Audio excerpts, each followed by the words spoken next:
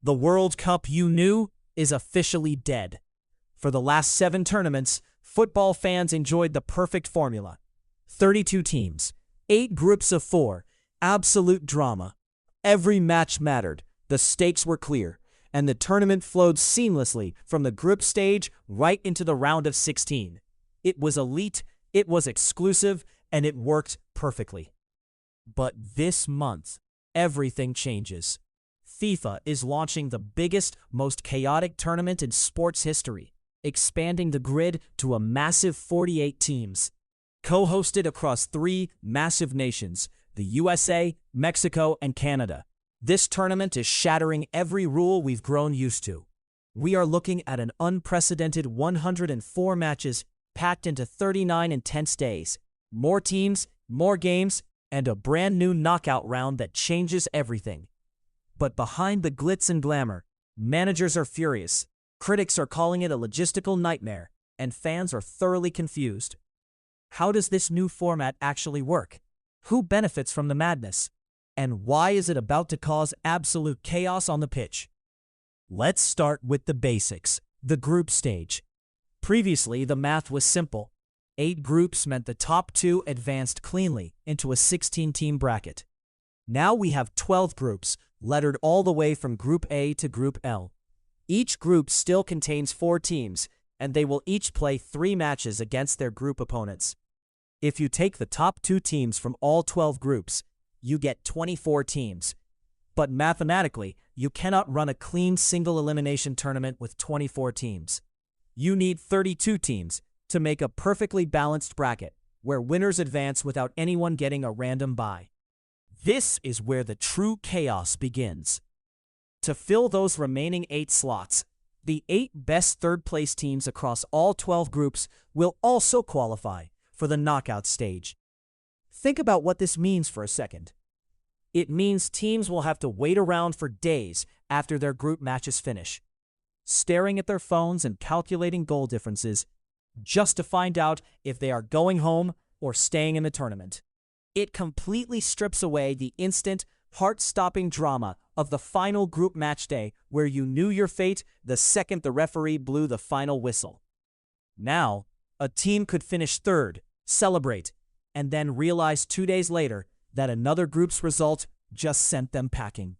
If a team manages to survive the group stage confusion, they enter completely uncharted territory, the round of 32. This is a brand new single-elimination knockout round. In the old format, a team only needed to survive 3 knockout games to reach the World Cup final. Now, they have to survive 4. The physical toll on these players is going to be unprecedented. Consider the travel logistics alone. Because the tournament is spread across the entire North American continent, a team could play a group match in the high altitude of Mexico City, get flown straight to Vancouver for the round of 32, and then have to travel all the way to Miami for the quarterfinals. We are talking about crossing multiple time zones and handling extreme weather shifts within a matter of days. Top managers around the world have openly complained that the modern football calendar is breaking their players. Club seasons are longer, international breaks are more frequent, and now adding an extra week of high-intensity win-or-go-home football at the end of a grueling year is a recipe for muscle tears, extreme fatigue, and major upsets. The depth of a country's squad is going to matter far more than their starting 11. The teams that win this tournament won't just be the most talented. They will be the ones who manage to avoid the medical room. So, if the players are exhausted, the bracket is complicated, and the logistics are a nightmare, why did FIFA do it? The answer won't surprise you. It comes down to money, globalization, and power. By expanding the tournament to 48 teams, FIFA opened the door for nations that almost never get to experience World Cup fever. Regions like Africa and Asia receive the biggest upgrades in guaranteed qualifying slots. This isn't just a charitable move about inclusion. It is a calculated play for massive untapped television markets. When a country qualifies for the World Cup, broadcasting rights fees skyrocket in that nation. Local jersey sales explode, and corporate sponsorships hit record highs.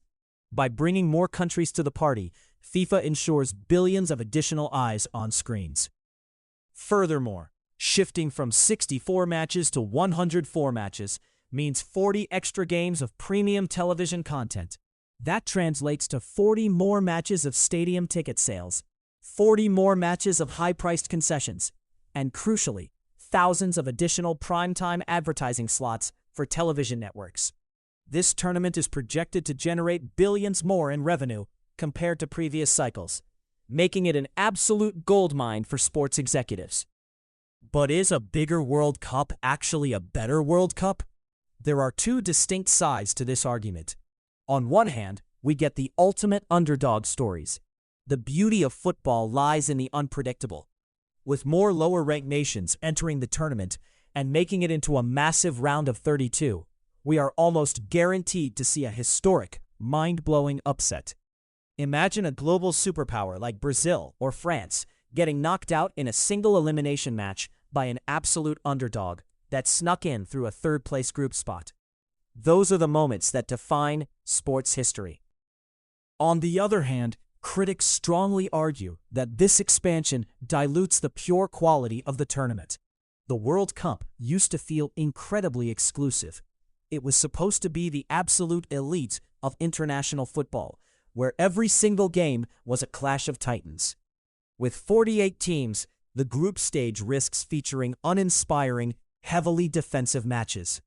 Smaller teams might simply choose to park the bus and play for a 0-0 draw, knowing that just scraping together 3 points could be enough to sneak them into the knockout rounds as a top third-place finisher.